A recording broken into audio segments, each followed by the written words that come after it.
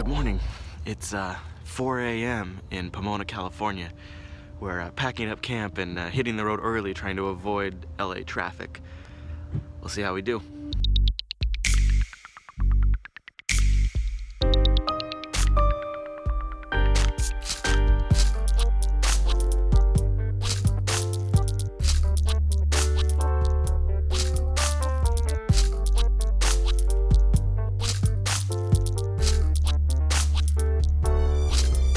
So it's about 4 hours since we've been on the road. I pulled us out, I got us down the road a bit to a gas station, but I was exhausted.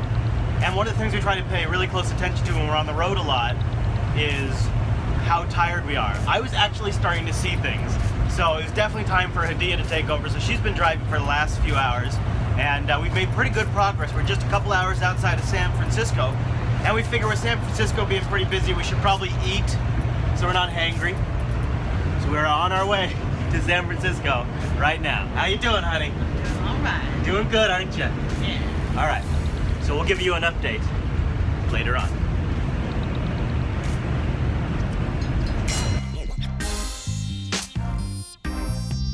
Once the Lady Jupiter comes to a stop, you keep her that way. So we decided to go grab lunch with Ben. Keep black backwards and white Okay, forwards. so black to the back. Black to the back. There you go. Pull back on the right stick towards you. Pull backward towards you. There you go. But not so high. Oh, no, it's hard to. It's hard. Oh, no. Yeah, and turn it off now. You both can break them. You brought these for us to play with? That's super sweet. That's awesome. They're totally Thanks, Ben. yours, dude. Absolutely, no problem. That is so cool. So what are they called? They're called the Nano X125S or X12S. Yeah, exactly. Cool. Something that always proves to be an adventure is getting gas. When you have a long rig like we do, you kind of have to park awkwardly in the gas station. So if you look,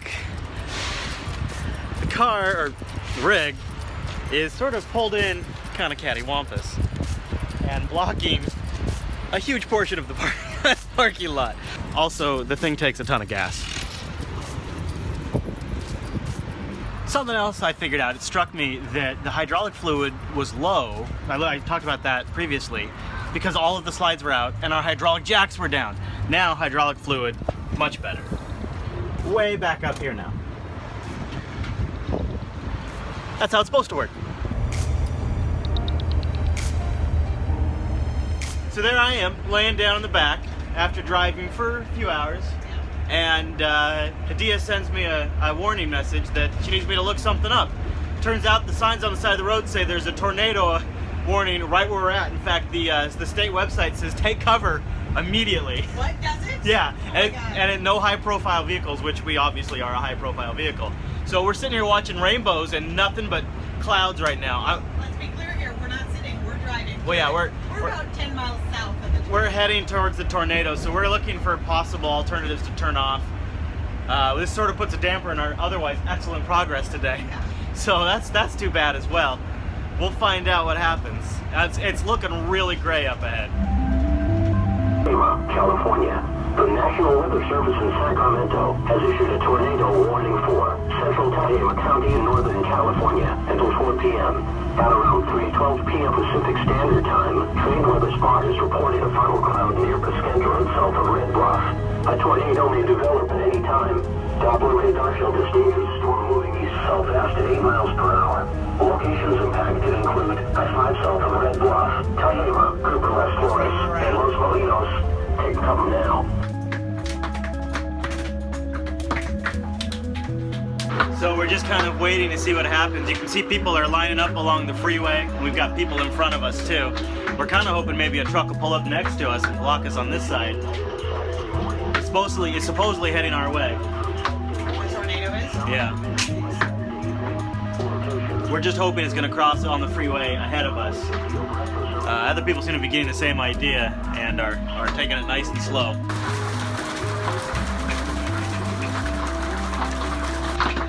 There's been quite a bit of hail and lightning.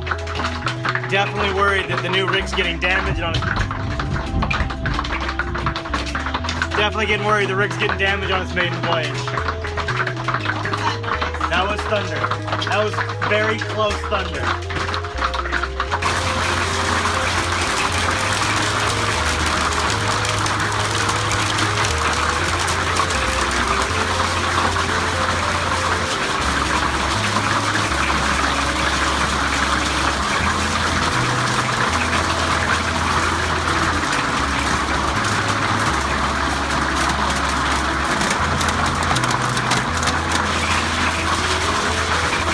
So some cop pulled over under the underpass. He couldn't leave the overpass because the hail was so strong it would probably injure him. I mean, it was serious. It was ridiculous. Marble size. Yeah, Marble size. large marble size hails, and so he has us moving up north where the weather seems to be better. When we get an opportunity, we'll pull the rig over and check for damage because it was like getting blasted with pelts constantly. So I'm a little concerned about damage, but it seems to be clearing up. There's even blue skies up ahead. We didn't have any broken. No windows broke. No windows broke, yeah. So we're glad about that, and hopefully no major damage to the siding.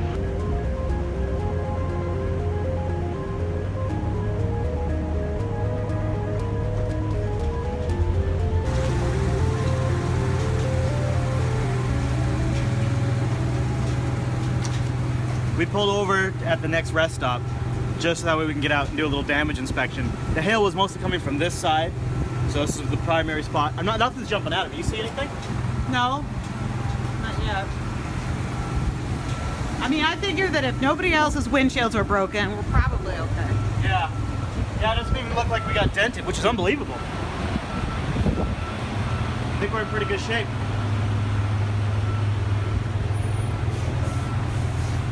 Jeez.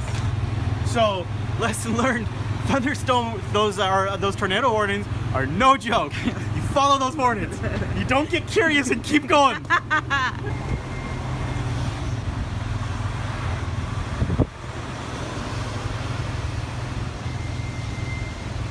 Dents? Oh, it's looking pretty good. Damn. Plastic's all in good shape for the covers and everything. Surprised the awning didn't get torn. Yeah. I mean, even with it being in. Punctured or something. There's like bullets. Lady Jupiter says, No bigs. no bigs. I got this. That's nothing on space dust.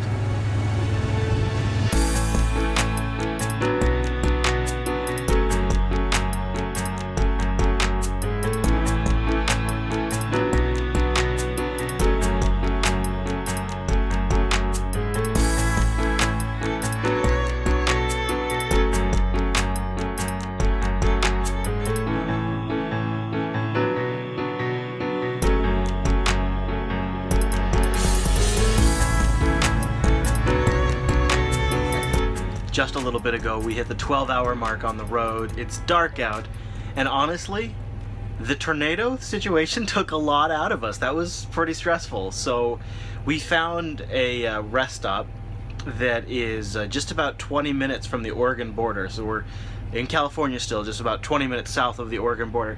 And one of the really cool things about this rest stop is, it's not like we just found it, but I mean, you know, we didn't know about this until we drove by, is it's down and off the freeway away. So it's not just off the side of the road where you can hear all the road traffic going by. It's actually down, tucked away, and quiet. Now there's other trucks here and there running their generators and stuff, but as far as like road stops go, this seems to be a pretty nice, quiet, quote-unquote quiet one. So we figured we're gonna stay here tonight. It's about 8 o'clock at night. We're gonna crash, try to wake up at 12 p.m. or 12 a.m. actually. Try to be on the road by 1 a.m. to try to make it back home with a little bit of daylight, so we have daylight to park this huge rig in our campsite at home. Because we've never parked this rig there, and it's pretty much a forest, so when it's dark out, it's really hard to park. It's just about 1 a.m. We're just packing up camp and heading out. We're not human yet, but we're hoping to make good time.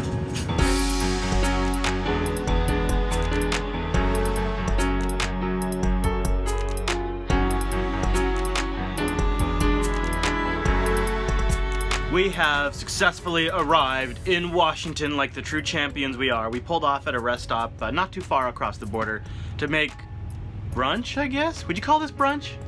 It's like lunch and, it's just some stuff we have in the fridge. We're just making a quick stop, but it's Washington. It's nice out. It's daytime now, which is nice. 9 a.m. So that's the good news. Yeah, it's about 9:36. That's the good news. The bad news is I'm starting to feel the fact that I haven't showered for like 2 days. It's been a long haul, and I think it's been 2 days since I've showered. Oh, at least. Yeah, at least. It's starting to feel it. Now, we can't stop. Ain't nobody got time for a shower right now because we're in the home stretch. So we're just gonna slam some protein, maybe a little carbs, get some caffeine in the system, get back on the road. Our next stop is to pick up the truck where we had to drop off the truck in the old Rover, grab that, and then head home to set up camp. We made it to Buckley and the swap is in progress. Hadia's jumping what looks like kind of a diminutive truck from up here in the big rig, and should be my scout vehicle on our way home.